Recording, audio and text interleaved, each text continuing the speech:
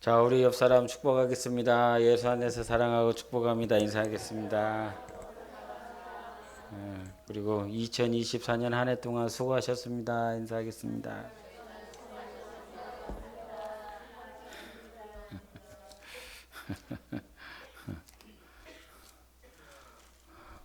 우리 김종국 권사님은 2024년 한 해 동안 뭐가 제일 기억에 남으세요? 아픈 기억도 있을 거고 좋은 기억도 있으실 것 같은데, 그죠? 그런 우리에게 좋든 슬프든 우리에게는 기억들이 있는데요. 오늘 본문 말씀에 보면 우리 야고보서 우선 1장 17절을 한번 보고 우리 말씀 보겠습니다. 시작. 온갖 좋은 은사와 온전한 선물이 다 위로부터 빛들의 아버지께로부터 내려오나니 그는 변함도 없으시고 회전하는 그림자도 없으시니라. 아멘. 하나님만이 변함이 없으신 분이십니다. 하나님에게는 그림자가 없으십니다. 그리고 하나님께는 빛으로 충만한 것으로 가득 차 있습니다. 그러나 이 세상은 그렇지 않습니다. 반대로 하나님 아버지는 빛으로 충만하시고 그림자가 없으시고 변함이 없다라고 한다면 하나님 외에는 생명이 없는 사망이 있고 변함이 있는 시대고 또 그 그림자로 가득 찬 것이 이 세상의 것이고 또 이 하나님 외의 것들이라고 우리가 정의할 수 있을 것입니다. 여러분은 이 사실을 믿으십니까? 이 세상은 그림자로 가득 찼다. 그것이 무슨 의미입니까? 아침에 해가 떠서 그 해가 넘어가기까지 온갖 그림자의 위치와 각도와 이것들이 다양하게 변하고 있다는 사실입니다. 그러나 변하지 않는 하나님은 우리 하나님 한 분밖에는 없습니다. 아까 우리가 마지막 찬양 했지 않습니까? 은혜 아니면 나 서지 못한다. 십자가의 그 능력 아니면 우리는 살 수 없다. 여러분 2024년이 그런 한 해가 되셨습니까? 저는 그런 한 해가 정말 됐습니다. 주님의 은혜가 아니면 설 수 없는 자, 십자가의 능력이 아니면 살 수가 없는 자. 가룟 유다가 왜 자살을 했을까요? 왜 성경에 보면 죽는 사람이 나왔을까요? 어떤 사건이나 문제나 자기의 상황에 부닥쳐 보니까 도저히 살 희망도 소망도 없었기 때문에 양심의 가책을 받았었던 가룟 유다는 자기 양심의 그 마음을 이길 수가 없었기 때문에 자살을 했습니다. 죽어버린 것이죠. 성경에도 보면 자기가 스스로 죽은 자들이 굉장히 많이 있었습니다. 근데 그렇게 죽을 수밖에 없는 우리의 삶이거든요. 가룟 유다보다도 여러분이 잘 살았다라고 말씀하실 수 있겠습니까? 가룟 유다보다 나는 좀 자격 있고 나는 가룟 유다보다 좀 잘났고 이렇게 표현하실 수 있겠습니까? 그런데 가룟 유다는 자기 양심 때문에 죽었는데 여러분은 왜 안 죽고 살아 계십니까? 목숨을 자기 스스로 끊을 만한 용기가 없기 때문에 살아 계십니까? 아니면 그럴 만한 어떤 담대함, 용기 그런 것들이 없어서 어쩔 수 없이 지금 목숨이 붙어갖고 살아가고 계십니까? 근데 저는 그렇지 않습니다. 우리도 그렇지 않아야 됩니다. 어떤 죽을 만한 용기, 죽을 만한 깡다구 이런 게 없어서 오늘 목숨 붙이고 살아가는 것이 아니라 주님의 은혜를 철저하게 믿기 때문에 십자가의 그 능력을 철저하게 신뢰하기 때문에 내가 가룟 유다보다 잘난 게 뭐가 있어? 가룟 유다보다 더 잘한 게 뭐가 있어?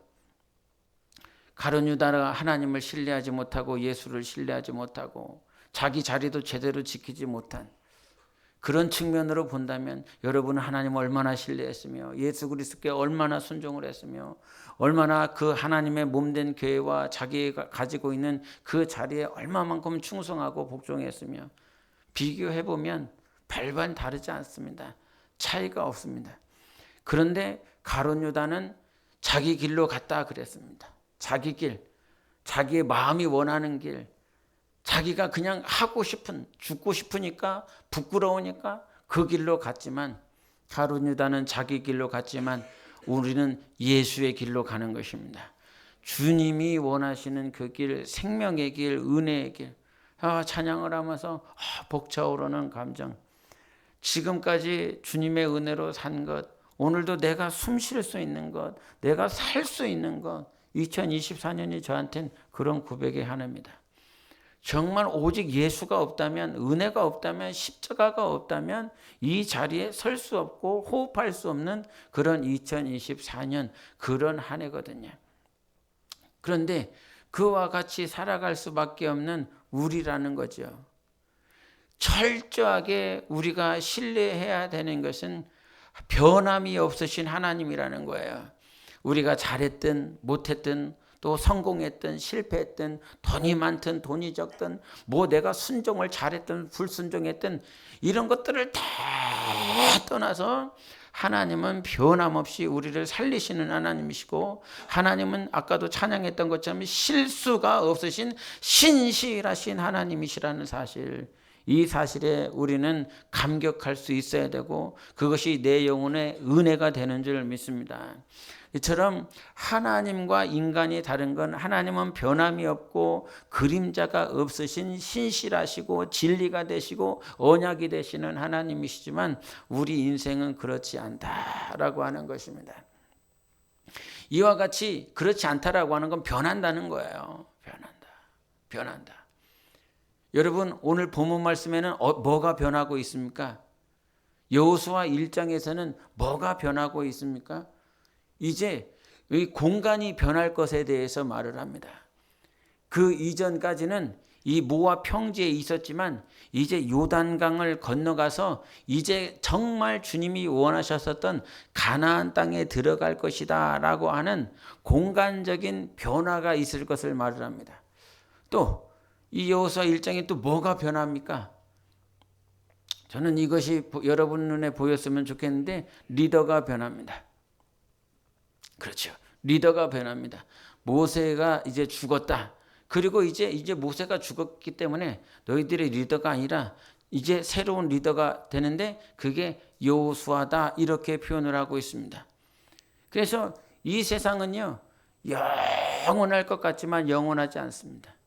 시간도 영원하지 않습니다. 공간도 영원하지 않습니다. 사람도 영원하지 않습니다. 그 영원하지 않은 곳에 우리가 살고 있습니다. 찬양하면서 2024년 송구 영신 예배로 드려지고 있습니다. 2024년을 보내고 2025년을 맞이할 우리들이 하나님 앞에 예배를 드리고 있습니다. 앉아서 예배 드릴 때 나 2024년 사랑으로 하나 되는 우리 교회 담임 목사 조승우로서 성도들과 함께 드려지는 이 송구 영신 예배는 저에게는 마지막이라 생각합니다. 그리고 마지막입니다. 2025년에 나는 여기 없겠구나. 공간적으로 나는 여기 있을 수 없겠다. 시간이 2025년 12월 31일 날 나는 여기 있지 않을 것이고, 나는 여러분을 볼 수 없을 것이고, 여러분과 함께 예배 드릴 수 없을 것이고, 여러분과 함께 찬송할 수 없을 것이고, 여러분과 함께 기도할 수 없을 것이고, 이런 변화가 2025년 그러면서 앉으면서 지금 내가 드리는 송구 영신 예배, 우리 성도들과 함께 드리는 마지막 송구 영신 예배, 그러면서 하나님 앞에 예배를 드리는 나, 이런 모습을 이렇게 보게 됩니다. 그리고 나는 이와 같이 2024년 사랑하는 우리 성도들과 함께 마지막으로 송구 영신 예배를 드리고 내년에는 이 자리에도 없을 것이고 여러분과 함께 있지도 않을 것이지만 이 드려지는 이 시간을 통해서 결국은 이 본문에 있는 말씀처럼 리더가 바뀔 것이고 리더가 변할 것입니다.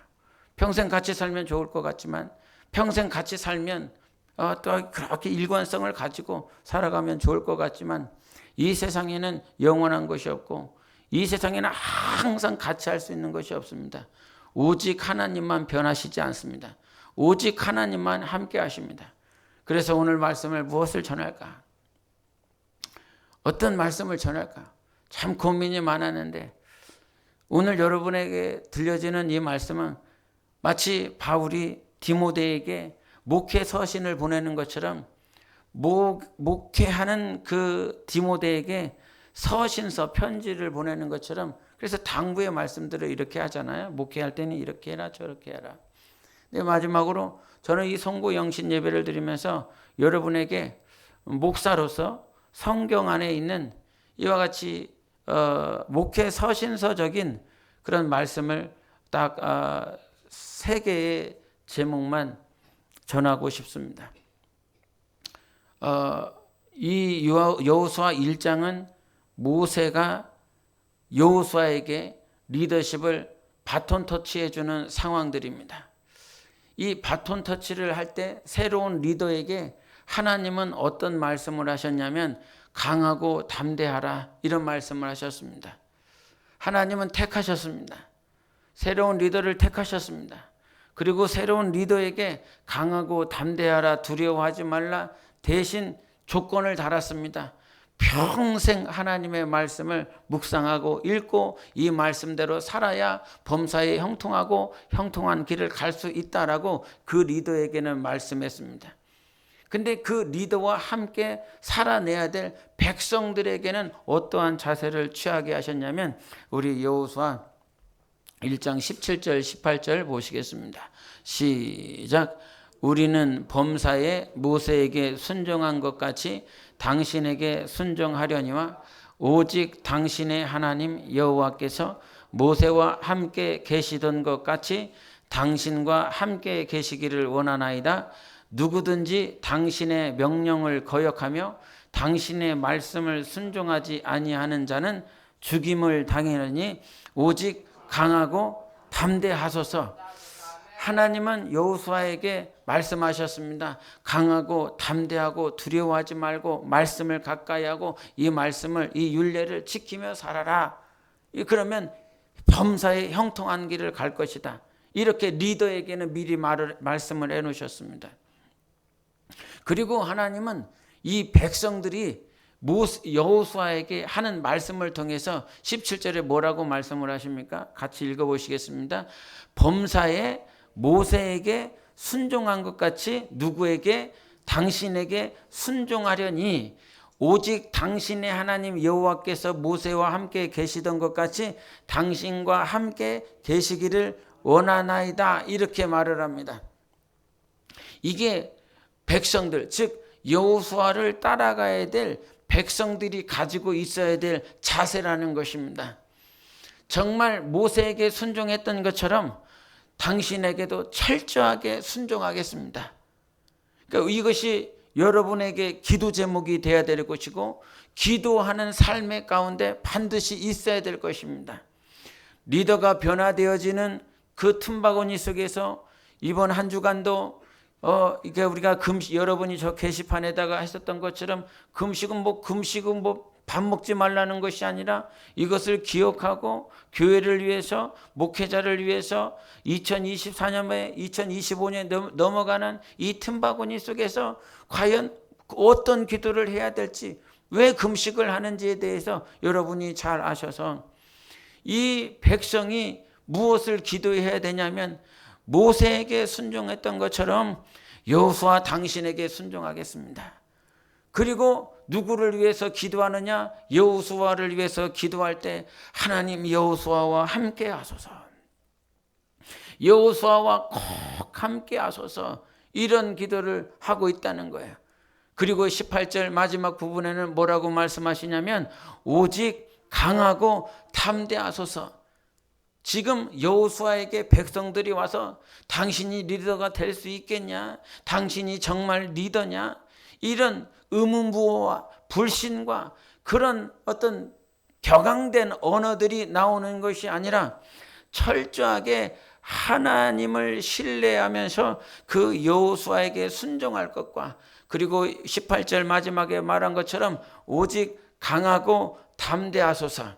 이 말씀은 누가 한 것입니까? 하나님이 여호수아에게 하신 말씀 아닙니까? 하나님이 여호수아에게 하신 이 말씀을 백성들도 동일하게 여호수아에게 하고 있다는 거예요. 즉 하나님이 여호수아에게 원했었던 그 하나님이 여호수아를 강하고 담대하게 세워 나가시는 그 모양들이 그 백성들에게도 동일한 마음으로 가지고 있었다는 것입니다. 그래서 여러분, 이 여호수아 1장의 리더가 바뀌는 이 틈바구니 속에서 하나님이 원하셨던 것은 리더를 세우는 것이었고, 백성들도 동일하게 어떠한 마음을 가지고 있어야 되느냐, 철저하게 리더를 세워야 하는, 거짓 격려하고 위로하고 저를 축복하고 세우는 그러한 백성들이 여호수아 1장에 등장하고 있습니다. 그래서 이 백성들이 리더십이 바뀌었을 때 철저하게 해야 될 것은 하나님을 신뢰하여 새로운 리더를 철저하게 순종하고 그를 격려하고 위로하고 세우는 자로서 백성들이 일어나는 것을 보게 됩니다.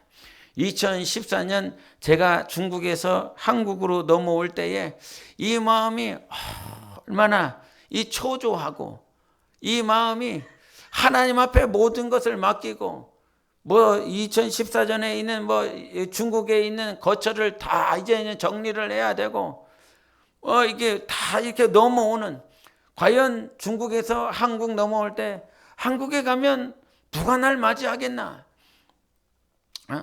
내가 교회에 가면 과연 나를 맞이할 사람이 누가 있겠나? 진짜 단 한 가지 가지고 온 것은 하나님의 뜻대로만 살겠습니다. 이거 하나였습니다. 하나님의 뜻대로만 살겠습니다. 마치 예수님께서 자기 고향에 들어가는데 그 선지자가 자기 고향에서는 높임을 받지 못한다. 제가 신앙생활을 했었던 것이고, 제가 성령을 모셨던 것이고, 제가 직분 감당했었던 것이고, 제가 파송받았던 것인데 오히려 그곳을 향하여 가는 내 발걸음이 기쁨과 행복과 감사가 아니라 어느 순간 초조하고 두렵고 떨리고 어떨까? 어떤 심정일까? 어떤 마음일까? 내가 저기에 갔을 때 나를 보는 사람들의 그 심정과 그 마음은 어떨까? 이것들이 가득, 저는 별반 다르지 않다라고 생각을 합니다. 새로운 리더가 오고 새로운 리더가 지금 그가 있는 그 처소에서 그 자리에서 기도하며 이제 2025년을 함께 시작하려고 하는 그의 마음이 저하고 별반 다르지 않을 것이라 생각을 합니다. 그 2014년에 내가 갔었을 때에 저를 맞이해 주시는 분이 몇 분이 있었습니다. 극소수지만 몇 분이 있었습니다. 그런데 갔었을 때에 저를 바라보는 그 눈초리가, 시선이요, 다 너무 힘들었습니다. 너무 어려웠습니다. 이 마음 가운데 오직 하나님이 말씀하시고 감동해 주셨으니 나는 살리라, 이런 마음이 있지만 시선들이 막 느껴져요. 아무 말도 안 하고 인사하고 잘 오셨느냐라고 말을 하지만 여러분, 얼굴을 통해서 마음이 보이더라고요. 얼굴을 통해서 그 마음이 이렇구나 라고 하는 것. 그러면서 이 여호수아 1장에 나와 있는 이 백성들을 한번 보게 됐습니다. 정말 이 여호수아에게 귀한 백성들, 자기의 리더십이 얼마나 부족한지 우리 1장 1절, 여호수아 1장 1절을 같이 읽어보시겠습니다. 시작. 여호와의 종 모세가 죽은 후에 여호와께서 모세의 수종자 눈의 아들 여호수아에게 말씀하여 이르시되, 여기서는 누구의 수종자라고 그럽니까? 모세의 수종자라. 지난번에도 말씀했던 것처럼 여호수아 1장에 이 사람은 모세의 수종자라고 그럽니다. 그런데 마지막에 여호수아 24장 29절을 읽어보겠습니다. 시작. 이 일 후에 여호와의 종 눈의 아들 여호수아가 110세에 죽음에 그랬습니다. 여기서 여호와의 종 눈의 아들 여호수아라고 그랬습니다. 1장 1절의 시작은 모세의 수종자 눈의 아들 여호수아였지만 24장에서는 여호와의 종 눈의 아들 여호수아라고 말을 하고 있습니다. 극명하게 24장이 지나가는 동안 그 여호수아가 부름을 받았을 때는 그냥 모세만 따라다니는, 모세를 시종드는, 모세에게 수발을 드는 섬기는 그런 종밖에 되지 않았지만, 이가 새로운 리더십을 이어받아 이제 24장을 110세가 되는 그 24장을 살아내는 그 시간이 지나고 나서는 하나님께서 이를 내 종이라 라고 표현을 했습니다. 때로는 우리는 사람이기 때문에 그 여호수아처럼 모세의 시종, 모세의 수종자처럼 어떤 사람의 종처럼 보이고, 이 말인즉슨 리더십이 약하고 리더십도 부족하고 이러한 모양으로 보일 수 있습니다. 그러나 여러분, 성경에서는 분명히 하나님이 택하신 자, 그 택하신 자를 통해서 일을 하시는 것을 보게 됩니다. 여러분은 여호수아 1장에 나와 있는 백성이 되시겠습니까? 아니면 선지자가 자기 고향의 가슴에 그 고향에서 높임을 받지 못하는 그런 고향 사람들처럼 그 선지자를 대하겠습니까? 새로운 리더십 앞에서 우리가 반드시 해야 될 것은 정말 철저하게 모세에게 순종했던 것처럼 여호수아 당신에게 순종할 것입니다. 그러니 오직 강하고 담대하소서라고 고백하며 기도할 수 있는 여러분이 되셔야 되는 줄 믿습니다. 할렐루야. 이것이 첫 번째 리더십이 바뀌었을 때의 상황들입니다. 제가 오늘 성경 안에서 세 개의 리더십, 그 리더십이 세 군데 바뀌는 것을 우리는 말씀을 드리려고 그러는데, 첫 번째는 모세와 여호수아의 리더십이 바뀌었을 때입니다. 이때 백성들은 어떻게 해야 되는가? 철저하게 순종하라. 두 번째는 그를 세우라. 강하고 담대하라. 격려하고 위로하고 저를 부단히 세울 수 있는 백성의 그 자세를 성경에서 보게 합니다. 우리 또 열왕기하 2장을 이은 성경을 같이 펴보시기를 바랍니다. 열왕기하 2장을 보시겠습니다. 열왕기하 2장 1절, 2절, 또 4절, 6절을 보시겠습니다. 열왕기하 2장 1절, 2절, 또 4절, 6절입니다. 구약 560페이지입니다. 1절, 2절, 4절, 6절입니다. 같이 읽겠습니다. 구약 560페이지 시작. 여호와께서 회오리 바람으로 엘리야를 하늘로 올리고자 하실 때 엘리야가 엘리사와 더불어 길갈에서 나가더니 엘리야가 엘리사에게 이르되 청하건대 너는 여기 머물라. 여호와께서 나를 베델로 보내시느니라. 엘리사가 이르되 여호와께서 살아계심과 당신의 영혼이 살아있음을 두고 맹세하노니 내가 당신을 떠나지 아니하겠나이다 하는지라. 이에 두 사람이 베델로 내려가니, 4절입니다. 엘리야가 그에게 이르되 엘리사야 청하건대 너는 여기 머물라. 여호와께서 나를 여리고로 보내시느니라. 엘리사가 이르되 여호와께서 살아계심과 당신의 영혼이 살아있음을 두고 맹세하노니 내가 당신을 떠나지 아니하겠나이다 하니라. 그들이 여리고에 이르매, 6절입니다. 엘리야가 또 엘리사에게 이르되 청하건대 너는 여기 머물라. 여호와께서 나를 요단으로 보내시느니라 하니 그가 이르되 여호와께서 살아계심과 당신의 영혼이 살아있음을 두고 맹세하노니 내가 당신을 떠나지 아니하겠나이다 하는지라. 이에 두 사람이 가니라. 첫 번째 리더십은 모세에서 여호수아로 바뀝니다. 두 번째 리더십은 엘리야에서 엘리사로 바뀝니다. 근데 엘리야가 첫 번째 간 곳이 2장 1절 후반부에 길갈이라 이렇게 표현을 하고 있습니다. 두 번째 2절에서 등장하는 지역은 베델입니다. 세 번째 등장하는 지역은 4절의 여리고입니다. 네 번째 등장하는 지역이 6절에 보면 요단이라 이렇게 표현을 하고 있습니다. 성경에서 나오는 지명은 그냥 이 지역이 그냥 나왔다 이런 의미가 아닙니다. 하나님께서 그 지역이라고 하는 그 지역을 통해서 주님께서 우리에게 말씀하시고자 하는 것이 있는데, 여러분 길갈은 어떤 지역이었습니까?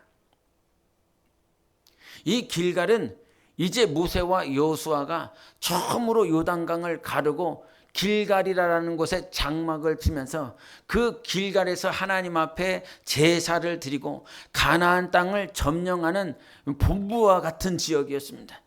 그래서 처음 시작하는 곳이었어요.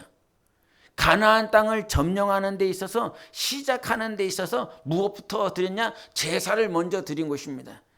즉 이 길갈에서는 우리의 신앙생활을 맨 처음에 신앙생활할 때 길갈에 가서 뭐부터 하니? 가나안 땅을 정복할 때 그 가나안 땅에 들어가서 네가 먼저 해야 될 것이 무엇이냐라고 가르쳐 주는 거예요. 이 길갈은 그 장막에서 하나님 앞에 먼저 제사했다는 것이지요. 주인이 누구시냐? 하나님이라는 것입니다. 너희 하나님이 여호와다라고 가르쳐 주고 있는 것입니다. 너희의 시작을 다른 것으로 시작하지 아니하고 하나님으로 시작하라라고 하는 것이 길갈입니다. 두 번째 지역은 어디입니까? 베델입니다. 베델이라고 하는 말은 바로 하나님의 집인 거죠. 그래서 야곱이 그 에서 형의 그 무시한 살인자와 같은 그 시선을 피하여 도망가다가 베델에서 잠결에 자고 있다가 살아계신 하나님 천사가 오르락 내리락 하는 것을 보면서 그때 하나님 앞에 기도하지 않습니까? 하나님이 나를 보호하시고 하나님께서 나를 인도하셔서 내가 다시 돌아오게 하면 이곳이 하나님의 집이 될 것입니다. 그러면서 하나님 앞에 10분의 1을 드리겠습니다. 기름을 부어서 그와 같이 한 곳. 그래서 베델은 하나님의 집이요 하나님을 만나는 곳이던데, 하나님의 임재를 경험하는 곳, 하나님을 교제하는 곳, 성령으로 이렇게 기름을 부어서 하나님의 임재, 하나님의 천사들이 오르락 내리락 하는 것을 실제적으로 보고 만나고 경험하고 임재를 체험하는 곳, 그곳이 베델입니다. 그래서 하나님은 길갈에 맨 처음에 가서 너희의 시작이 누구냐? 하나님이 시작이어야 된다는 거예요. 하나님이 주인이 되어야 된다는 거예요. 그리고 그 다음에 넘어간 곳이 베델이죠. 하나님으로 시작하였으면 너희의 삶 가운데 베델이라고 하는 것이 하나님의 집이요, 그래서 내 집은 만민이, 내 백성이 만민이 기도하는 곳, 하나님을 만나고 경험하는 곳, 그곳이라고 표현하지 않습니까? 그래서 그 베델 시작을 하나님으로 하였고, 그 시작된 하나님을 날마다 하나님의 집에서 영적으로 교제하고 임재를 체험하라. 고린도전서 3장 16절에 우리는 하나님의 성전이라고 그랬습니다. 하나님이 거하는 곳, 하나님의 집이 되어야 된다라고 말씀하셨습니다. 여리고, 그 4절에 여리고가 등장합니다. 왜 여리고로 갔을까요? 여러분, 지도에서 보면 길갈은 재편에서 보셔야 됩니다. 길갈은 여기였고 베델은 어디였냐면 이쪽 지역으로 갑니다. 길갈에 있다가 베델로 갑니다. 베델에 갔다가 다시 어디로 가냐면 이쪽에 여리고가 있었습니다. 그래서 이렇게 한 사이클을 돌다가 결국은 요단으로 가거든요. 길갈, 베델, 여리고, 이 요단으로 갑니다. 이 베델에서 저쪽으로 왜 서쪽으로 안 가고 다시 또 돌아오는가? 다시 돌아와서 왜 여리고에 머무는가? 여리고는 어떤 지역입니까? 철저하게 하나님의 명령에 순종하는 것입니다. 하나님의 음성을 베델에서 교제하고 들었고 하나님을 만났다, 교제했다. 즉 하나님을 만났고 교제했으면 이것이 어디로? 순종으로, 철저하게 순종하는 삶, 그 앞까지 순종하는 삶. 어떻게 이해가 됩니까? 근데 이해가 되지 않지만 이 베델에서 하나님을 만났기 때문에, 경험했기 때문에 그 철저하게 순종할 수 있는 힘과 능력이 생기는 것입니다. 여리고 한 바퀴씩 돌아, 나중에는 7바퀴씩 돌고 나팔을 불며, 그러면 여리고가 다 무너지고 여리고성을 점령할 수 있을 거야. 이걸 누가 믿을 수 있겠습니까? 그러나 하나님의 교회, 하나님의 성전에서 살아계신 하나님의 임재와 교제를 경험한 사람들은 정말 이해가 되지 않지만 한 바퀴씩 돌 수 있는 능력이 나타납니다. 순종할 수 있는 힘이 생깁니다. 그래서 순종함으로 말미암아 어디까지 가야 됩니까? 이기는 것이죠. 그래서 이 여리고에서 승리의 삶, 순종의 삶을 보여주고 결국은 어디로 가냐면 요단을 갑니다. 요단은 이 지구상에서 이 가장 고도가 낮은 곳입니다. 예? 우리가 해발이라고 그러죠. 해발 1m, 2m, 3m. 근데 거기는 해발 마이너스입니다. 마이너스 200m가 됩니다. 가장 이 땅에서 가장 낮은 곳입니다. 그 요단에서 결국은 가장 낮은 곳으로 오시고 그 요단에서 예수님께서 살아오르시죠.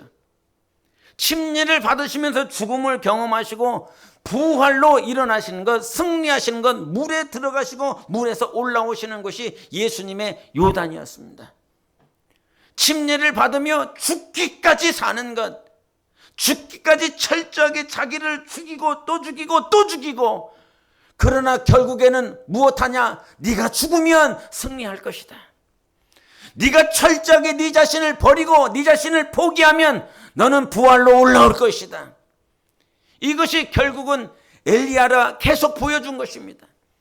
근데 그 엘리사가 계속 따라다니는 거죠. 길갈에 갔습니다. 베델에 갔습니다. 여리고 갔습니다. 요단까지 갔습니다. 죽음과 부활, 죽음과 승리까지 보여줬습니다. 그러면서 이 모든 전 과정을 보면서 엘리사가 고백하는 것이 있습니다. 열왕기하 2장 9절을 읽겠습니다. 시작. 건너매 엘리야가 엘리사에게 이르되 나를 내게서 데려감을 당하기 전에 내가 내게 어떻게 할지를 구하라. 엘리사가 이르되 당신의 성령이 하시는 역사가 갑절이나 내게 있게 하소서 하는지라. 아멘. 여러분, 이것이 무엇입니까?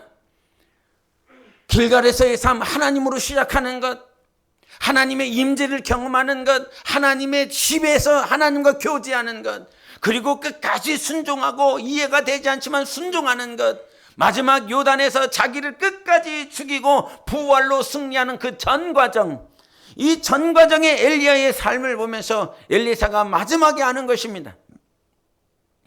내가 하나님이 나를 곧 데려갈 것인데 네가 나한테 한마디를 한다면 뭐 하겠냐? 그랬더니 성령이 하시는 역사가 갑절이나 내게 있게 하소서. 이것이 무엇입니까? 성령이 아니고서는 아무것도 할 수 없다는 것입니다. 길갈에서의 삶, 하나님으로 시작하는 것, 하나님의 임재를 경험하는 것, 이해가 되지 않지만 순종하는 것, 나를 철저하게 죽이고 사망을 이기고 승리로 부활로 나오는 이 모든 전 과정, 우리 신앙생활의 전 과정이 성령이 아니고서는 아무도 할 수 없다는 것입니다. 그래서 이 리더십이 바뀔 때, 엘리야에서 엘리사로 리더십이 바뀔 때, 이 리더십을 대체받은 사람, 엘리사, 그리고 엘리사와 함께는 그 선지자들, 생도들, 그들에게 철저하게 필요했었던 것은 성령이 역사하시는 갑절의 영감이 우리에게 필요한 것입니다. 그래서 리더십이 바뀔 때 우리는 다른 환경이 아니라 철저하게 성령님을 의지해야 되는 것입니다. 성령을 의지하십시오. 리더가 바뀌었다라고 해서 하나님이 바뀐 것이 아닙니다. 하나님은 오늘도 우리와 함께 계시는 분이십니다. 그 함께 계시는 하나님께서 우리에게 성령을 보내주셨으니 성령 하나님, 정말 엘리야에게 역사하셨던 그 영감을 우리에게 갑절이나 주시옵소서. 이와 같은 소망이 있으시기를 바랍니다. 이와 같은 간절한 사모함이 있으시기를 바랍니다. 사랑하는 성도 여러분, 2025년을 살아내는 데 있어서 리더가 바뀌고 분주하고 환경이 바뀌고 사람이 바뀌고 이게 중요한 것이 아니라, 모든 것들은 다 바뀌었지만 요한복음 16장에 뭐라고 말씀하시냐? 우리 안에 계시는 이는 성령이시니 우리를 고아와 같이 버려두지 아니하시고 우리를 떠나지 아니하시며 우리와 영원히 함께 하시겠다라고 말씀해 주셨습니다. 그 성령 하나님의 갑절의 영감을 받아서 리더가 바뀔 때 조심해야 됩니다. 리더가 바뀔 때 원수가 틈탑니다. 그래서 교회들마다 리더가 바뀔 때요, 온갖 원수들이 일어납니다. 말하지 않고 참고 있었던 인본주의적인 색깔, 인본주의적인 감정, 인본주의적인 정욕들이 일어납니다. 리더가 바뀌면서 눈으로만 보거든요. 눈으로만 생각하거든요. 자기 머리로, 자기 뇌로만 생각하고 있거든요. 리더가 바뀔 때 철저하게 우리 처음이 시작 아닙니까? 길갈에서, 베델에서, 여리고에서, 요단강까지 신앙이 한 사이클입니다. 이 신앙의 모든 사이클이 성령이 아니고서는 감당할 수 없는 것입니다. 성령이 아니고서는 우리는 처음부터 끝까지 아무것도 할 수가 없는 것입니다. 그래서 여러분, 성령의 인도를 받으십시오. 성령의 인도를 받으셔야 됩니다. 갑절의 영감이 있으셔야 됩니다. 시간이 가면 갈수록 이와 같은 소망이 없잖아요. 그러지 않습니까? 엘리사는 그 엘리야를 계속 쫓아다니면서 다른 것을 원하지 않았습니다. 내게 재물을 주십시오. 내게 사람을 붙여주십시오. 내게 어떤 달란트를 더 많이 주십시오. 이거를 원하지 않았습니다. 시간이 가면 갈수록, 그런데 교인들이 막 바뀌고 있어요. 교인들의 생각이 바뀌고 있어요. 세상의 수많은 매석금들이 저의 달란트와 아니면 저의 지식과 저의 물질과 저의 명예와 저의 권력들을 이렇게 보면서 일하는 사람들을 보고 있거든요. 그런데 여러분, 성령이 아니고서는 열매를 맺을 수가 없습니다. 성령으로 한 것만 열매가 되는 것입니다. 성령의 인도를 받을 때 비로소 우리는 하나님께 영광을 올려드릴 수 있는 거예요. 왜 예수님께서, 왜 아버지 하나님께서 우리에게 주실 것이 많이 있는데, 예수께서 올라가실 때에 내가 너희를 떠나는 것이 너희에게 유익이라, 내가 너희를 떠나지 않냐면 보혜사 성령이 너희에게 임하시지 않는다, 내가 떠나가는 것이 너희에게 유익이야. 그래서 하나님 아버지가 주실 것이 얼마나 많이 있겠습니까? 하늘에 얼마나 숨은 부하가 많이 있겠습니까? 얼마나 큰 영광이 많이 있겠습니까? 돕는 천사를 천천을 만만을 붙여주실 수도 있는 분이십니다. 그런데 하나님 아버지는 창세전부터 그 누가복음에도 마가복음에도 마태복음에도 아버지께서 약속하신 성령을 받으라 라고 말씀해 주셨습니다. 예루살렘을 떠나지 말아라. 반드시 성령을 모셔드려야 된다. 그래서 성령을 모셔드리지 않았었던 제자들은 그 십자가 앞에서 다 도망가고 자기 생각대로 했지만, 성령을 모셔드린 제자들은 철저하게 성령의 인도를 받아 끝까지 승리할 수 있었습니다. 여러분, 성령으로 사셔야 돼요. 옆 사람에게 한번 축복하십시오. 정말 간절히 성령으로 사십시오. 축복하십시오. 그래서 끝까지 성령으로 사셔야 됩니다. 성령이 아니고서는 우리는 절대 이 길에서 이길 수가 없는 것입니다. 하나님께서 이와 같은 우리에게 승리할 수 있는 그 성령을 우리에게 보내주셨다라고 하는 사실을 우리는 끝까지 붙잡아야 됩니다. 마지막으로 우리 역대상 우리 같이 보시겠습니다. 29장 9절입니다. 시작. 백성들은 자원하여 드렸으므로 기뻐하였으니 곧 그들이 성심으로 여호와께 자원하여 드렸으므로 다윗 왕도 심히 기뻐하니라. 이것은 누구의 리더십에서 누구로 바뀌는 것입니까? 다윗에게서 솔로몬으로 바뀌고 있는 과정입니다. 그때 다윗은 많은 사람들에게 부탁을 합니다. 솔로몬에게도, 솔로몬아, 너는 이렇게 살아야 된다. 정말 너는 정성을 다하라, 긍휼을 다하라. 정말 율례와 법도를 지키는 데서 정성을, 네 마음을 다 쏟아야 된다. 이렇게 표현을 했습니다. 그런데 백성들은, 우리 구절을 다시 한번 읽겠습니다. 시작. 백성들은 자원하여 드렸으므로 기뻐하였으니 곧 그들이 성심으로 여호와께 자원하여 드렸으므로 다윗 왕도 심히 기뻐하니라. 새로운 리더십이 바뀌었을 때 우리에게는 자기 생각으로 하려고 하는 것이 있어요. 근데 이 백성들은 곧 그들이 무엇으로 했다고 그럽니까? 성심으로 했다고 그랬습니다. 성령이 주시는 마음인데 이것을 다른 마음으로 표현하면 샬롬입니다. 하나님이 주시는 화평함, 평안함이 있었다는 것입니다. 그리고 성령이 붙잡아 주시는 그 화평이 있으니까 무엇으로 했다고? 자원하여 기쁨으로 했다는 것입니다. 새로운 리더십이 바뀌었을 때, 새로운 리더가 왔었을 때 그 리더와 함께, 정말 리더 때문에 우리가 바뀌지 않습니다. 하나님만이 우리를 성장 성숙시키시는입니다. 그 과정 가운데서 우리가 백성이 취해야 될 철저한 자세는 성령이 주시는 성심, 화평, 평안인 것입니다. 여러분의 그와 같은 성령이 주시는 마음이 있으시기를 예수 이름으로 축원합니다. 그때 비로소 우리는 자원하고 기뻐할 수 있는 거예요. 제가 오늘 제 다이어리를 보다가 2024년 11월 19일 날 쓴 내용이 있더라고요. 그 내용을 읽어드리겠습니다. 제가 쓴 글이니까요. 이해하시고 들어주세요. 송구원 집사님의 장례를 다 마치고 거의 2주 만에 서로를 위로하기 위해 신정호 근처에서 식사를 하고 근처 카페에서 대화를 했다. 묵상만 해도 사랑한다 하시며 안아주시는 주님을 경험하신다는 권사님, 폐심혈증으로 인한 사망 진단 결과를 받아야 한다는 기도 요청을 하셨다. 사모님의 안식년 동안 영적 엄마 부재에 대한 마음의 어려움, 한 집사님은 우리 사모님이 돌아온 것에 대해 기뻐했다고 한다. 세 분 모두 사모님 없이 다니는 내 모습 보다가 함께 거니는 모습만 봐도 감사가 된다고 한다. 어느 분은 내 모습 속에서 목사님 표정이 바뀌었다고 한다. 이런저런 대화를 통해 영혼육의 행복한 시간을 보내고 귀가하는 길, 선교지로 나가야 하는 이 마음, 선교사로 나가게 되었다는 소식에 힘들어 하시지는 않을지 주여 어찌합니까? 우리의 마음을 붙잡아 주소서. 이렇게 썼습니다. 이렇게 썼더라고요. 그 당시는 아직 리더가 바뀔 것이다, 내가 선교사로 나가겠다, 이런 말을 하지 않을 때라 그와 같이 은혜의 시간들을 함께 나누고 서로 위로하고 격려하고 돌아오는 길이 무척이나 마음이 힘들었습니다. 언젠간 이 말을 해야 될 텐데, 언젠간 하나님이 주신 이 마음들을 다 말을 해야 될 날이, 그 시간이 올 건데 혼자서 계속 기도하고 이 안에 두는 것이 얼마나 힘들었는지 모릅니다. 이 마음을 붙잡기가 제가 많이 힘들었습니다.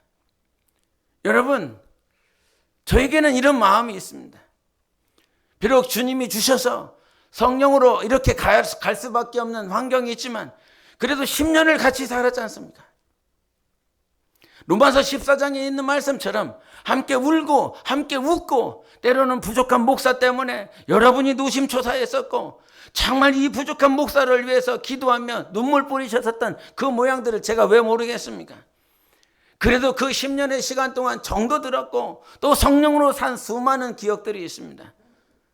그런데 이 마음들을 이렇게 할 수밖에 없는 그 마음들이 있다라고 하는 사실.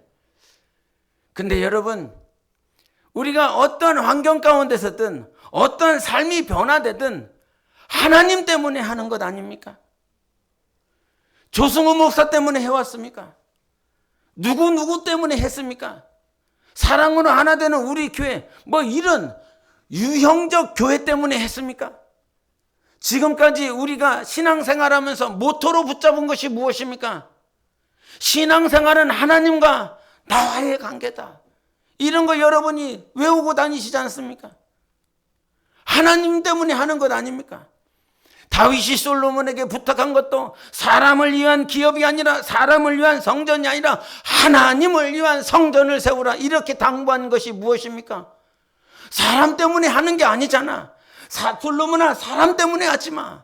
백성 때문에도 하지 마. 누구 때문에도 하지 마. 가장 먼저 붙잡아야 될 것은 하나님 때문에 하는 것, 하나님을 위해서 하는 것. 그래서 이 다윗이 솔로몬으로 이 리더십이 바뀌었을 때 세 번째 이 모습 속에서 우리에게 신신당부하는 것, 백성들에게 당부하는 것은 무엇이냐면 너희들의 사명감이 누구 때문에 생겼느냐라고 하는 것입니다. 사람을 위한 성전이 아니라 하나님을 위한 성전을 세우는 데 있어서 이와 같은 모토와 동기가 누구로부터 왔습니까? 조신양 목사가 이건 머릿돌 말씀으로 정하겠습니다. 이 머릿돌 말씀을 위해서 기도하십시다. 여러분 암송하십시오. 이것을 모토로 삼겠습니다. 조승우 목사가 줬습니까? 하나님이 교회에 주신 것 아니겠습니까? 지금까지 우리가 사람을 기쁘게 하고 사람을 위한 것이라면 사도 바울의 고백처럼 우리는 그리스도의 종이 아니라는 것이었습니다. 여러분, 그리스도의 종이십니까? 하나님의 종이십니까? 지난 주일에도 말했지 않습니까? 우리는 그리스도의 종으로 부름받은 자들이다. 내가 그리스도 안에서 부름을 받았다, 사도로. 그런데 로마서 1장 6절에 너희도 그렇게 부름을 받은 것이다. 여러분, 사명이 어디 있습니까? 사명감이 누구로부터 인한 것입니까? 조승우 목사가 사랑으로 하나 되는 우리 교회를 세웠기 때문에 사명감이 세워졌습니까? 저 사람은 다른 사람보다 낫기 때문에, 저 사람은 다른 사람보다 뭐가 훌륭하기 때문에 그래서 사명감이 생겼습니까? 혹 그럴 수도 있습니다. 리더 때문에. 그러나 리더는 바뀌는 것입니다. 공간도 바뀌고 시간도 바뀌고 사람도 바뀌고 다 바뀔 것입니다.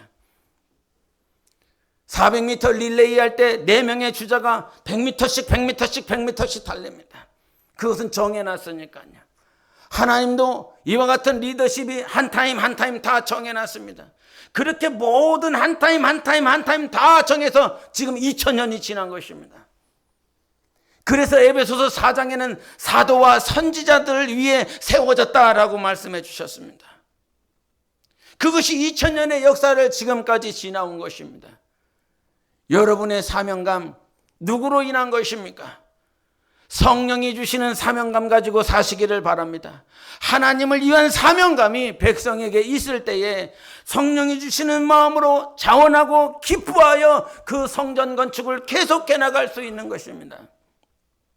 사랑하는 성도 여러분, 정말 여러분에게 꼭 3가지를 당부합니다. 모세에게 순종했던 것처럼 여호수아에게 순종하며 그 여호수아를 세워줄 수 있는 복되고 귀한 성도가 되시기를 예수 이름으로 축원합니다.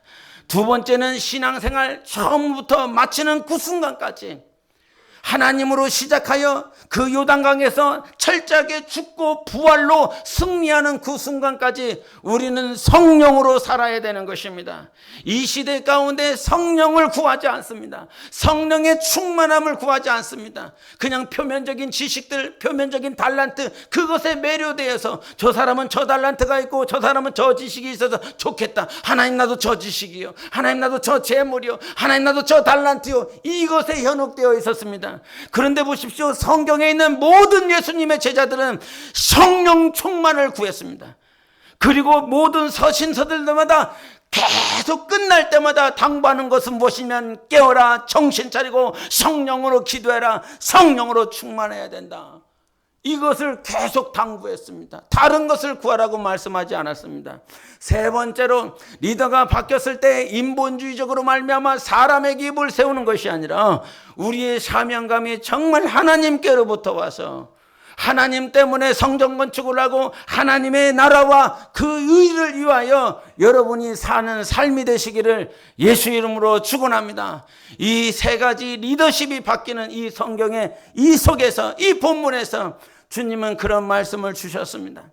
다 말할 수 없겠지만 여러분 오늘 송구 영신 예배를 드리면서 이 3가지를 붙잡고 기도하는 시간이 되셨으면 좋겠습니다. 정말 하나님 어떠한 상황 가운데서도 하나님을 인정하며 리더를 세울 수 있는 그런 삶을 살게 도와주십시오. 성령의 충만함을 구하고 갑절의 영감이 있는 교회와 성도들을 세우는 그런 교회가 되게 도와주십시오. 나의 사명감이 아니라 하나님이 주시는 사명감 가지고 하나님의 나라를 세우게 하여 주십시오. 사람은 바뀔 수 있습니다. 시간과 공간은 바뀔 수 있습니다. 그러나 우리 하나님은 변치 않고 신실하신 하나님이십니다. 그 살아계신 하나님 앞에서 영적 생활 승리하는 여러분 되시기를 예수 이름으로 축원합니다. 이 시간 기도하겠습니다. 하나님 아버지, 오늘도 우리에게 주신 말씀을 기억하게 도와주십시오. 기도하는 기도 제목이 되게 도와주십시오. 2024년에서 2025년을 지나가는 이때에 교회를 사랑하시고 성도를 사랑하시는 하나님께서 이 주신 이 말씀을 붙들고 살게 도와주십시오. 우리 하나님 그와 같이 살 수 있도록 성령 충만하게 도와주십시오. 우리 함께 교회와 자기 영혼을 위해서 예수여 외치고 기도하시겠습니다.